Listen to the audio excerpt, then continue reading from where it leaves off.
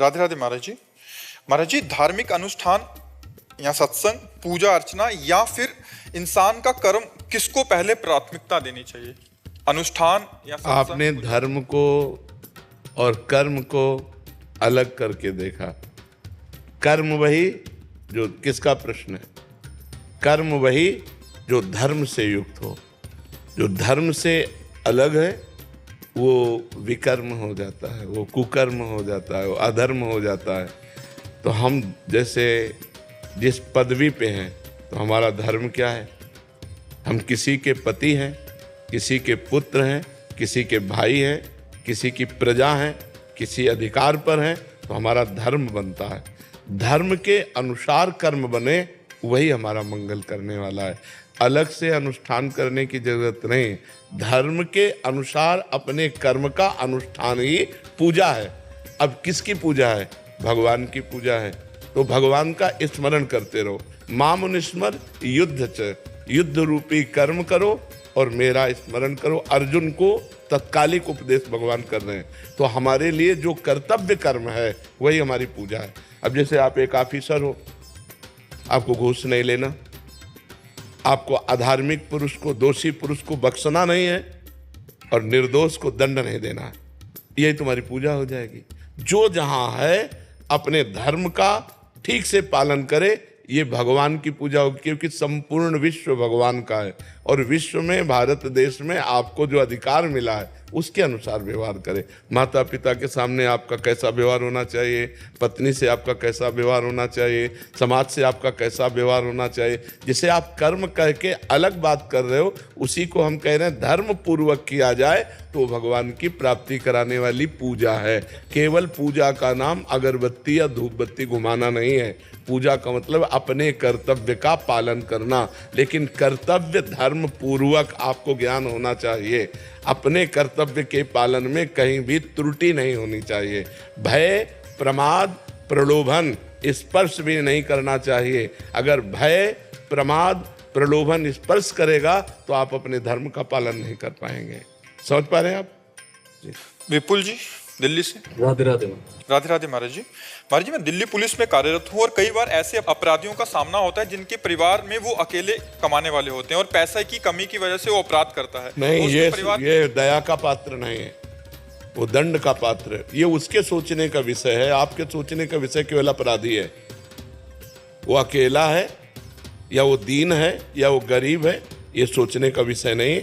आपके सोचने का विषय केवल आपने जो अपराध किया, उस अपराध का दंड देने का, उस अपराध का दंड देने तक पहुंचाने का, ये मेरा कर्तव्य है। मैं अपने कर्तव्य का पालन करता हूं। तुम अकेले हो या 100 हो, तुम गरीब हो या धनी हो, इससे कोई तात्पर्य नहीं। उस पर दया नहीं करनी चाहिए। हाँ, इसमें एक गुंजाइश हो सकती है। यदि वो अपराधी आपसे विनय करता है और आपको पक्का समझ में आता है कि अपराध तो बन गया इससे, लेकिन आपराधिक प्रवृत्ति नहीं है इसकी।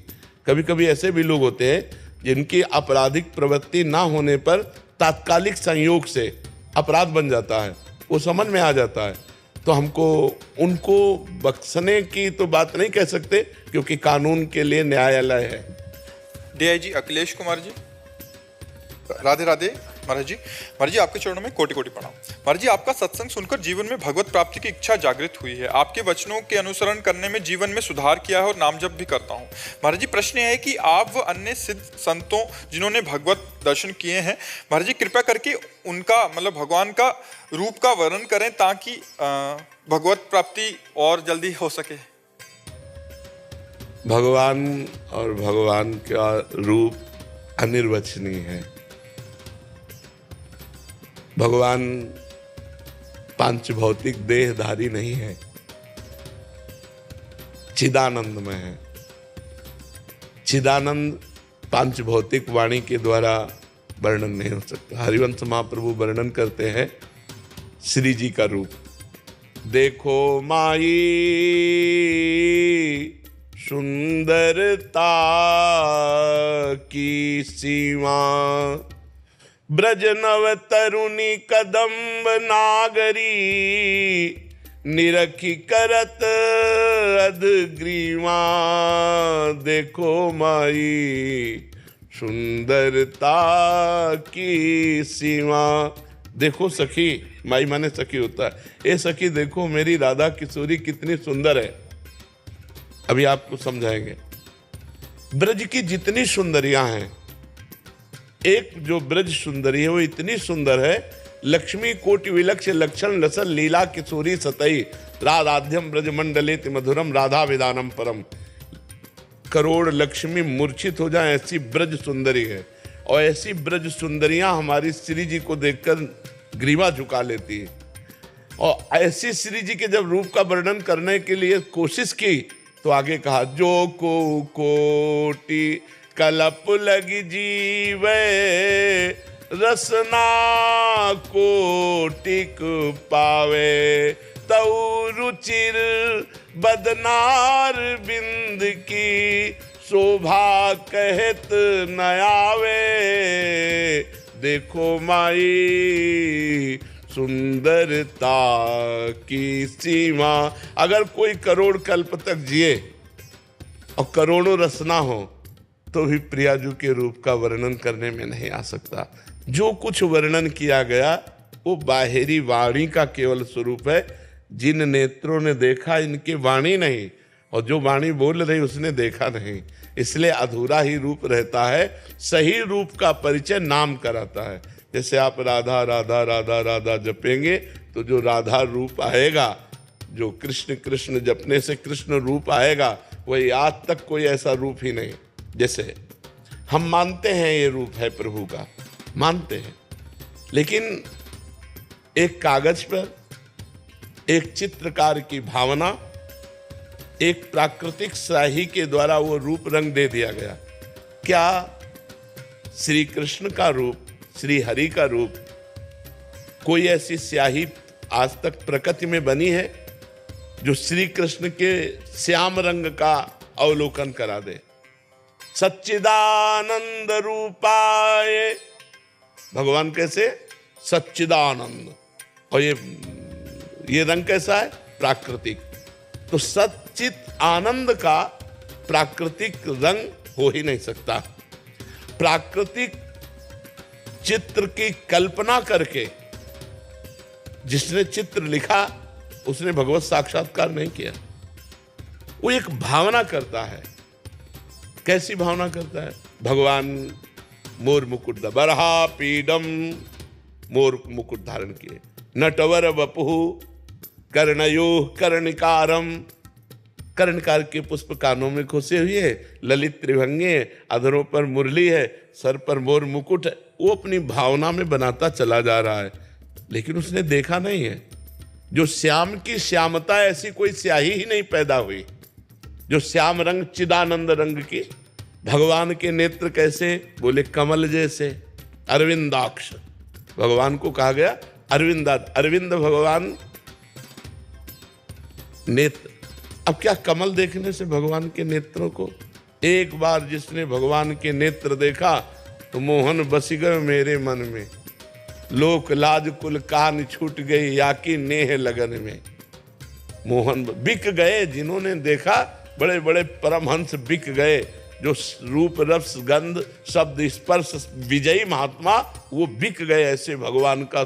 तो कमल देखने से क्या भगवान के नेत्रों को देख लिया? नहीं देखा। भगवान के रंग की बात आती है, केकी कंठाभ नीलम, जैसे मोर के गले की नीलिमा, ऐसे तो क्या भगवान को देख लिया? तो भगवान का रूप अनिर्वचनीय है। जहाँ कुछ वर्णन किया गया है वो बाहरी रूप है। आंतरिक तो जब हम स्वयं अनुभव करेंगे तभी वो आएगा। इसलिए हमें चाहिए कि भगवान के नाम पर हम ध्यान दें, भगवान के नाम का ध्यान करें। भगवान के नाम का रूप तो देखिए, रूप नाम आधीना, वो नाम आपके सामने जो झांकी प्रकट करेगा, बस वो स्थायी होगा। इसलिए चिर स्थायी चिदानंद रूप देखने के लिए खूब नाम जप करो, नाम महिमा। और शास्त्रों में भगवान की लीलाएं वर्णन की गई, उनको खूब पढ़ो, ध्यान से सुनो, तो हमारी भगवान की कृपा से भगवान में रति हो जाएगी। अब जैसे अपने जो मानस पटल पर, तो जैसे आप अपना बैंक बैलेंस किसी के सामने नहीं रखेंगे, अगर है नहीं तो फर्राटे मान के 10-20 हजार की गड्डी निकालने की कोशिश करेंगे, लेकिन यदि आप अरबपति खरबपति हैं तो आप कोशिश करेंगे कि 2 रुपया 5 रुपया वाली कोई जाने ना कि करोड़पति है। तो जो रूप हमारे मानस पटल पर है, जिसकी आराधना करके हम जीवित हैं, वो हमारी सामर्थ्य नहीं कि हम आपको बता सके। और जो रूप पढ़ा है, जो रूप देखने को बाहर आ रहा है, हमारी श्रद्धा है पर पूर्णता नहीं है। आप सब हमारी बात को समझना, श्रद्धा है पर पूर्णता नहीं है। और जहां पूर्णता है वहां हम गला काटने पर भी नहीं बता सकते, क्योंकि वो हमारा जीवन है, वो हमारा जीवन धन है। गा सकते हैं, पढ़ी लिखी बात बता सकते हैं, लेकिन निज धन की बात नहीं बता सकते। हेले, हाँ, उस तक पहुंचने की बात आपको बता देंगे कि आप राधा राधा रटो, उसी से सब प्रकाशित हो जाएगा।